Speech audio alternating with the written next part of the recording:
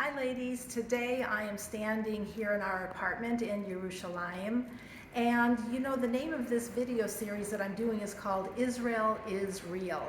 And Israel is real. This is a real country with real challenges, real opportunities, real excitement. And this past Shabbos was one of those situations where the reality of living in our land took on a different meaning.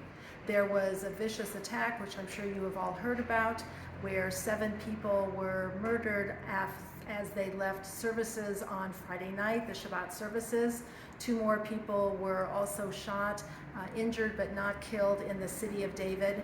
We found out about it during davening on Shabbos morning when the rabbi announced that anybody who was armed, if they would please go to the entryway to the shul, and that after services if we would disperse quickly. So Shabbos took on a totally different feeling than it has for the past number of weeks since we have come.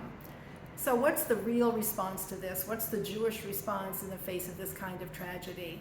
What happened the following day really spoke to me and to our family, which was that we were scheduled to go on a trip, on a tiul, and the itinerary had to be changed because of the security situation, but we ended up going on a trip that allowed us to see from a distance the whole site of Mount Tabor. What is Mount Tabor? That is where Deborah, the prophetess, led a battle with the general Barak against the enemies of the Jewish people and was victorious. It's also what will be featured in this week's Haftorah. This Shabbos is Shabbat Shirah. The Parsha will talk about the Song of the Sea after the sea was split and Moses and the Jewish people crossed over and sang the Song of the Sea. The Haftorah is going to be Deborah's song following the battle that she and Barak fought against our enemies. What this did was to put this whole experience in a larger context. We started off the tour by reciting a chapter of Tehillim, of Psalms, in memory of those who had been murdered, as well as in the merit and honor of the people who should have a refuah shlema, who should be healed. That context is the Jewish answer, that we experience the pain of what we have, but we know that it also takes place in the context of something bigger.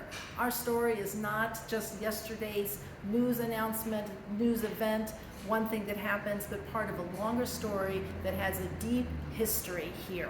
Being able to be in this land was actually an act of affirmation. We walked the land, we traveled the land, we saw our history with our own eyes, and that was really quite a comfort, because Israel is a real place to experience the real life of the Jewish people. Have a good week.